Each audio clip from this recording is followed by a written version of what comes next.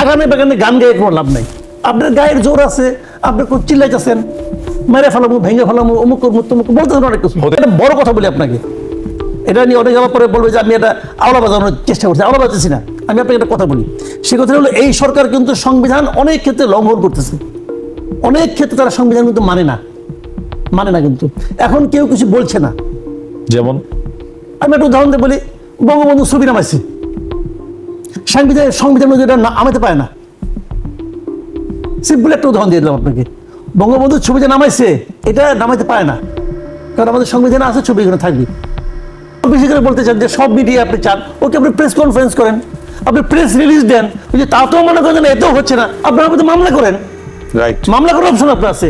আপনি তো আমার বাসার সামনে যে আমার ঘর থেকে বাইরে দিবেন না, বাইরে তোমাকে মারবো, আবার এদিকে কি হয়েছে জানেন, আবার আরেক দুইজন ওই বিদেশে পেয়েছে পয়সা, ওদিকে বলছে এর এখন খুন করা জায়েজ হয়ে গেছে। বলেন আপনি এগুলো কোনো কথা? আরেকটা কি বলতেছে, কেউ কেউ বলতেছে ফজু পাগলা। আচ্ছা বলেন আপনি, একটা সিনিয়র সিটিজেন ভাই, একটা বয়স্ক লোককে এইভাবে যারা কথা বলে, এরা দেশের কি করবে? যারা এরকম ভাবে মানুষকে এইভাবে করে, তারা দেশ তাদের, আমরা তো আমাদের ইয়াং জেনারেশনের কাছ থেকে অনেক কিছু আশা করি যে এরাই আমাদের দেশটাকে সামনের দিকে অগ্রসর করবে। তো এরা যারা এরকম বয়স্ক লোককে বলে, এরা, হ্যাঁ আপনি বলতে পারেন যে উনি বলছে, উনি যদি ভুল করে, তো সেই কাজটা তুমি করবে কেন? তুমি করলে তো কি লোক, তাহলে তোমার একজন লোক সমালোচনা করবে।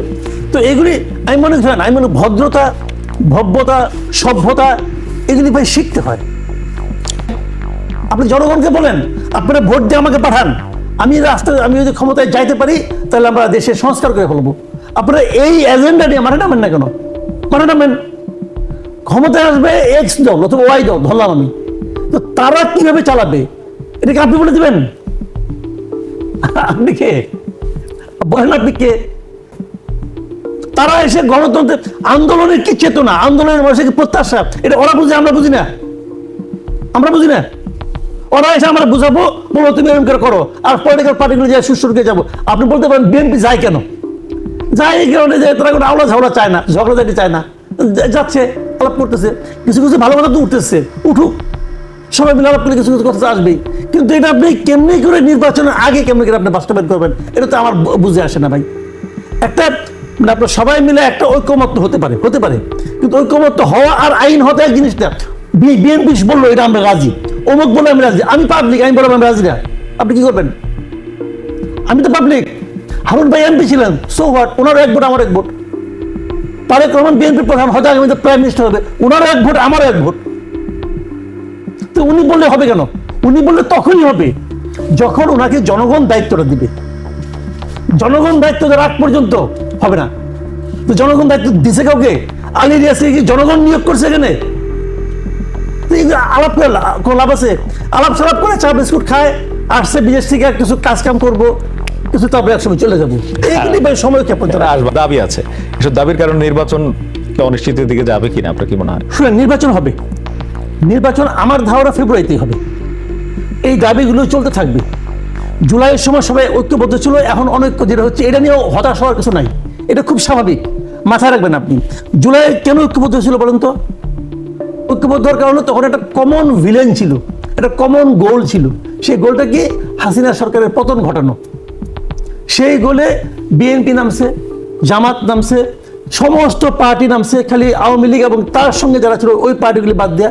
এবং তারও যে বড় কথা, এই দেশের সাধারণ মানুষ নামছে।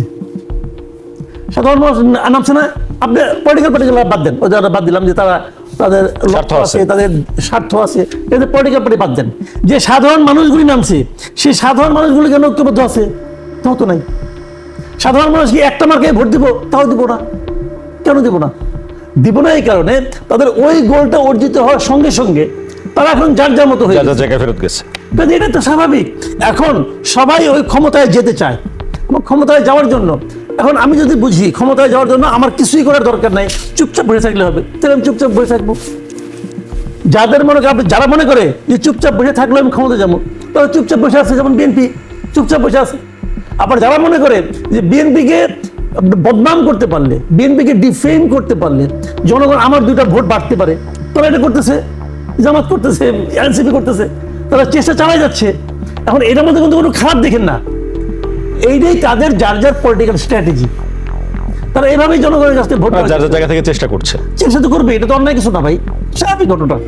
সেখানে সরকারের যদি ভিন্ন কোনো ইচ্ছা না থাকে, সরকার যদি নির্বাচনের তফসিল ঘোষণার কিছুদিন আগে থেকেই তাদের সেই ডেমনস্ট্রেশন দিয়ে উপলব্ধি করায় যে আমরা একটা ঐতিহাসিক নির্বাচন অনুষ্ঠিত করব, তাহলে করতেই হবে এটা। যারা আজকে নির্বাচনে বিভিন্ন শর্ত দিচ্ছে, বিভিন্ন কথা হচ্ছে, এটা বলতে পারে, বলুক, অসুবিধার কিছু নাই। শুনে, রাজনীতিতে আলাপ আলোচনার জায়গা দ্বার সবসময় মুক্ত রাখতে হবে, মেরিটস ডিমেরিটস থাকবেই। রাজনীতিতে আলাপ আলোচনার মধ্যে দিয়েই তো আপনার একটা ভালো কিছু বেরিয়ে আসবে। এখন পিয়ার পদ্ধতিতে আলোচনা হচ্ছে, আরও আলোচনা চলতেই থাকুক, অসুবিধা তো নাই। আজকে আমাদেরকে বিএনপিকে দোষারোপ করছে, আমরা বিএনপি পিয়ার পদ্ধতির ঘোর বিরোধী। গো ধরার ব্যাপার না। অনেকেই বলছে যে বিএনপি তত্ত্বাবধায়ক সরকারের ব্যাপারেও তখন বলেছিল যে শিশু আর হিসাব। বাস্তব আমি বলি আপনাকে, আপনি নিরপেক্ষ হলো কোথায় পাবেন? আপনি যেভাবে আইন প্রণয়ন করেন না কেন, তত্ত্বাবধায়ক সরকার ব্যবস্থার ক্ষেত্রে তখন একটা আলাপ আলোচনা করে আপনার বিএনপি একটা অন্তর্বর্তীকালীন নির্বাচন দিয়ে ত্রয়োদশ সংশোধনী নিয়ে আসলো। কি কারণে আবার এটা নষ্ট হলো? যে কে এম হাসানকে বিচারপতির বয়স বাড়িয়ে, তাহলে আপনি নিজে যে কোনো প্রক্রিয়া দিয়ে আইন করেন না কেন, তত্ত্বাবধায়ক সরকার ব্যবস্থার সময় কিছু মানুষ তো দায়িত্ব থাকবে, সে মানুষগুলো তো আপনার নির্বাচন পরিচালনা করবে। সে মানুষগুলোকে নিয়ে যদি আপনার যারা নির্বাচনে স্টেক হোল্ডার তারা যদি বিতর্ক তৈরি করে, তাহলে তো স্বাভাবিক কারণে যে ব্যবস্থায় আপনি সংবিধানের যত প্রক্রিয়া দিয়ে নিয়ে আসেন না কেন, সবকে আলোচনা করে নিয়ে আসেন না কেন, এইটা আপনার, আমি বলবো না যে এটা একেবারে আপনার স্থায়ী সমাধান হয়ে যাচ্ছে। আমাদের নীতি নৈতিকতা এবং আমরা 50 বছরে যেটা বাস্তব, যে 50 বছর আমাদের সাংবিধানিক প্রতিষ্ঠানগুলোকে আমরা শক্তিশালী করতে পারিনি। এই জায়গাটাকে যদি আমরা শক্তিশালী করতে পারি, নির্বাচনের সময় প্রশাসন, আইন প্রয়োগকারী সংস্থা তারা নিরপেক্ষভাবে তাদের উপর যে অর্পিত দায়িত্ব আমানত হিসাবে এই দায়িত্বটা পালন করবে। এই বিশ্বাস রাখতে হবে।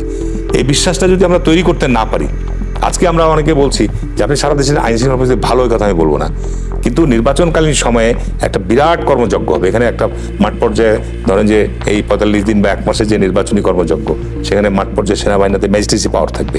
এখনো থাকলেও সেনাবাহিনী এই ক্ষেত্রে এখনো কিছু সীমাবদ্ধতা আছে। এখন ধরেন যে একটা জায়গাতে আইন শৃঙ্খলা পরিস্থিতি অবনতি হচ্ছে, সেখানে গিয়ে কিন্তু পুলিশের মতো সেনাবাহিনী দড়িয়ে ছুটে যাচ্ছে। আজকেও দেখলাম যে আপনার আমাদের ফজলুর রহমান ভাইয়ের বাসায় যে মব তৈরি করেছে, সেখানেও সেনাবাহিনী গিয়েছে। সেনাবাহিনী গিয়ে কিন্তু জনগণকে শান্ত করার, জনগণকে বিরত করার চেষ্টা করছে, কিন্তু সেনাবাহিনী কোথাও অস্ত্র প্রয়োগ করছে, লাঠি প্রয়োগ করছে, এরকম ঘটনা কিন্তু নাই। সেনাবাহিনী উপস্থিত থেকে জনগণের মধ্যে একটা উপস্থিতি টের করাচ্ছে যে আমরা আইন শৃঙ্খলা পরিস্থিতি উন্নত করার জন্য আছি মাঠে। এটা অনেক কাজে দিচ্ছে। কিন্তু এটা যদি তারা মাঠ থেকে চলে যেত, তাহলে আজকে পুলিশের প্রতি মানুষের যে অবিশ্বাস তৈরি হয়েছিল, এটা আইন শৃঙ্খলা পরিস্থিতি যেটুকু উন্নতি হয়েছে, আমি বলবো এইটুকু যদি মাঠে না থাকতো, এটা আরো খারাপ অবস্থা হতো।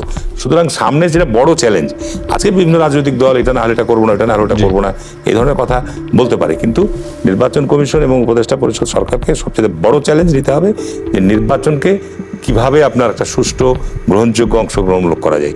নির্বাচনে কে অংশগ্রহণ করবে না সেটা পরের প্রশ্ন, কিন্তু নির্বাচন আপনাকে অনুষ্ঠিত করতেই হবে। তারপর সংকট থাকবে, আলাপ আলোচনা আসবে। ফজলু ভাই ব্যাপারটা হলো কি, উনি তো মুক্তিযোদ্ধা এবং উনি খুব বড় মাপের মুক্তিযোদ্ধা ছিলেন। শোকজ করার মতো কিছু বলেছেন উনি, আপনার নজরে পড়েছে কিনা? আমার নজরে পড়ে নাই। এখন আমার নজরের বাইরেও কিছু থাকতে পারে। আমি বিবিসিতে যেটা পাইছি, আমি আপনাকে বিবিসির উদ্ধৃতি দিই। ওরা ফজলু ভাই কি বলেছেন তার কিছু আপনার উদ্ধৃতি দিয়েছেন ওখানে। তো বিবিসি যেহেতু করেছে, ওটা আমি গ্রহণ করতে পারি। বিবিসি তো মোটামুটি জেনে শুনেই করে। ওখানে জামায়াতকে কালো শক্তি আখ্যা দিয়ে তিনি বলেছেন যারা 5ই আগস্ট ঘটাইছে কালো শক্তি, সেই কালো শক্তির নাম হলো জামায়াতে ইসলাম। তাদের অগ্রগামী শক্তি, তার নাম হইল ইসলামী ছাত্র শিবির। আমি যদি এইটুকু বিশ্লেষণ করি, এইটুকুই সবচেয়ে আপত্তিকর বলে মনে হয় আপাত দৃষ্টিতে। এখন দেখেন, উনি কিন্তু বলছেন যে 5ই আগস্ট যারা ঘটাইছে তাদের মধ্যে যারা কালো শক্তি, যারা 5ই আগস্ট ঘটাইছে, তারপর কমা দিয়ে কালো শক্তি, সেই কালো শক্তি হলো জামাত ইসলাম। কথাটা খেয়াল করেন যে 5ই আগস্ট তো ঘটাইছে অনেকেই। এখানে তো বিএনপি ছিল, এখানে তো ছাত্র দল ছিল, ছাত্র জনতা ছিল। এদের মধ্যে যারা কালো শক্তি, সেটাকে উনি ডিফাইন করছেন কালো শক্তি হিসেবে। সবাইকে বলেনি, উনি সবাইকে বলে যারা ঘটাইছে। 5ই আগস্ট কেউ ঘটায় না, এরা ঘটাইছে, আর অন্য সময় তো আন্দোলন করেছে। দুইটা কিন্তু দুই অর্থ। কাজে উনি বলেছেন 5 আগস্ট যারা ঘটাইছে কালো শক্তি। হ্যাঁ, মানে 5 আগস্টটা কালো শক্তি ঘটাইছে, তাই তো? না, 5 আগস্ট যারা ঘটাইছে তার মধ্যে যারা কালো শক্তি, সেই কালো শক্তি হলো এরা। আচ্ছা, তো এখন আমার কথাটা হলো, শুনেন, এটাকে আপনি অনেকভাবে ব্যাখ্যা করতে পারেন। আমি আমার মতো করে ব্যাখ্যা করছি, উনিও ওনার মতো করে ব্যাখ্যা করে করছেন। এখন এইটাকে সোশ্যাল মিডিয়ায় কি হয়, আমি নিজেই এর ভিকটিম ভাই কয়েকদিন আগে জি। আমি আমার প্রচুর নামে পরিমাণে একটা ছাড়া দিছে, আমি নাকি বলছি আমি গ্রেপ্তার হতে পারি, আমি বলি নাই এই কথাটা। হ্যাঁ আমি বলছিলাম কথা বলি, আপনি ওটা বলে দেওয়া উচিত, তাহলে পাবলিক বুঝবে না।